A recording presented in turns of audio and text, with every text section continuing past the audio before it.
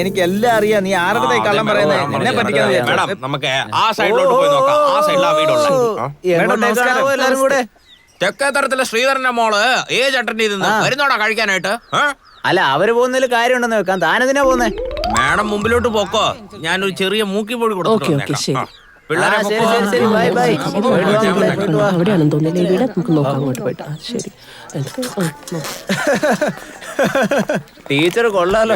വൃത്തികെട്ടവനെ, വീട്ടിൽ നിന്ന് മൂക്കും മുട്ടത്ത് നിന്ന് ഇങ്ങോട്ട് വന്ന് പണിയില്ലാണ്ടിരുന്ന് പോകുന്ന വരുന്നവരെ ഇന്ന് കളിയാക്കിക്കൊണ്ടിരിക്കുക. മൂക്ക് വഴി വിരലിട്ട് വായു വഴി പുറത്തെടുക്കുക. ഞാൻ കൊറേ നാള് കഴിഞ്ഞ് കാണുമല്ലേ, ഒന്ന് വിശേഷമൊക്കെ അന്വേഷിക്കാന്ന് വിചാരിച്ചാ നമ്മുടെ കണക്ക് ഭാഷ ഇങ്ങനെ സംസാരിക്കുന്നത്.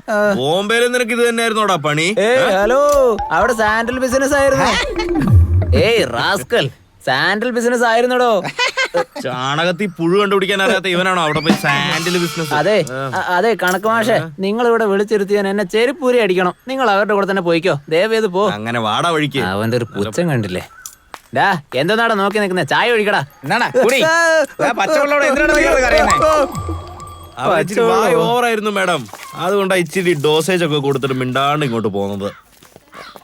എന്റെ സാറേ, നിങ്ങളുടെ വായിൽ നല്ല വർത്തമാനം ഒരിക്കലും വരില്ലേ? എപ്പോഴും ഇങ്ങനെ ചീത്ത കാര്യങ്ങൾ മാത്രമാണല്ലോ പറയുന്നത്. മാഡം, ഈ നാട്ടുകാർക്ക് ഇങ്ങനെയൊക്കെ പറഞ്ഞാലേ മനസ്സിലാവുള്ളൂ. നിങ്ങൾ ഇതൊക്കെ ആദ്യമായിട്ടല്ലേ മാഡം കാണുന്നത്? ഞാൻ പറയുന്നത് എന്നെ കണ്ട് ഫോളോ ചെയ്ത് വരും, എല്ലാം ഈസി ആയിട്ട് കിട്ടും. മാഡം മല്ലമ്മ, മല്ലമ്മ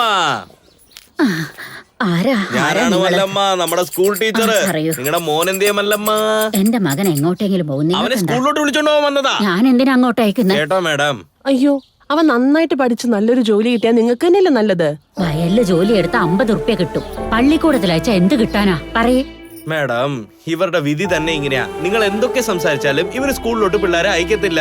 എന്നാ മല്ലമ്മ, ഉച്ചഭക്ഷണം കഴിഞ്ഞോ? ഉണ്ടായി കഴിച്ചു. സ്ഥലം കാലിയാക്ക്. പോവാം നമുക്ക്.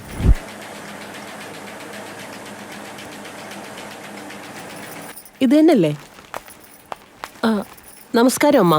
നമസ്കാരം മാഡം. ധന്യ എന്താ സ്കൂളിൽ അയക്കാത്തെ? മാഡം, വീട്ടില് ജോലിയുണ്ട്, പിന്നെ ഈ മില്ലൊക്കെ നോക്കണം. അവള് പഠിച്ചിട്ട് എന്ത് ചെയ്യാനാ? എന്തായാലും കല്യാണം കഴിച്ച് ഏതെങ്കിലും വീട്ടിൽ പോയി ജോലി ചെയ്യാനുള്ളതാ. ദയവ് ചെയ്ത് കൈ തൊഴുത്ത് അപേക്ഷിക്കുക, ഉപദ്രവിക്കാതെ പോണം മാഡം. മാഡം കണ്ടില്ലേ മാഡം, ആ കൊച്ചു ഹസ്ബൻഡിന്റെ വീട്ടിൽ പോയി ജോലി ചെയ്യേണ്ട കാര്യമൊക്കെ ഇപ്പൊ തന്നെ ഇരുന്ന് പറഞ്ഞു കൊടുത്തോണ്ടിരിക്കുക. ഒരു കാര്യമില്ല മാഡം, നമുക്ക് പോവാം. വാ മാഡം, ഇവരുടെ അടുത്തൊക്കെ സംസാരിക്കുന്നത് ഇച്ചിരി കഷ്ടമാണ്. എന്നാലും മാഡം ഒന്ന് സംസാരിച്ച് നോക്കുക, അതാണ് ഇരിക്കുന്നത്. നമസ്കാരം. നമസ്കാരം മാഡം. ഞങ്ങൾ ഈ ഗവൺമെന്റ് സ്കൂളിൽ നിന്നാണ് വരുന്നത്.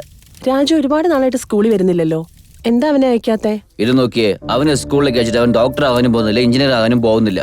ദിവസേന ഈ ജോലി നോക്കിയാലേ ഞങ്ങളുടെ വയറും നിറയും, ഞങ്ങളുടെ കുടുംബവും ഹാപ്പി ആയിരിക്കും. അതുകൊണ്ട് അവന്റെ വിദ്യാഭ്യാസം വേണ്ടെന്നാണോ? അതിന്റെ ഒന്നും ആവശ്യമില്ലെന്നേ. പഠിക്കേണ്ട ആവശ്യമില്ലെന്നാ? വേണ്ട വേണ്ട. മാഡം, ഇത് കണ്ടില്ലേ, ഇത് ഈ നാട്ടിന്റെ പ്രശ്നം തന്നെയാ. ഇവിടെ ആരെ വിളിച്ചാലും പറ്റില്ല. നമുക്ക് വേണമെങ്കിൽ വേറെ വീട്ടിൽ പോയി നോക്കാം. നിങ്ങൾ വാ മാഡം.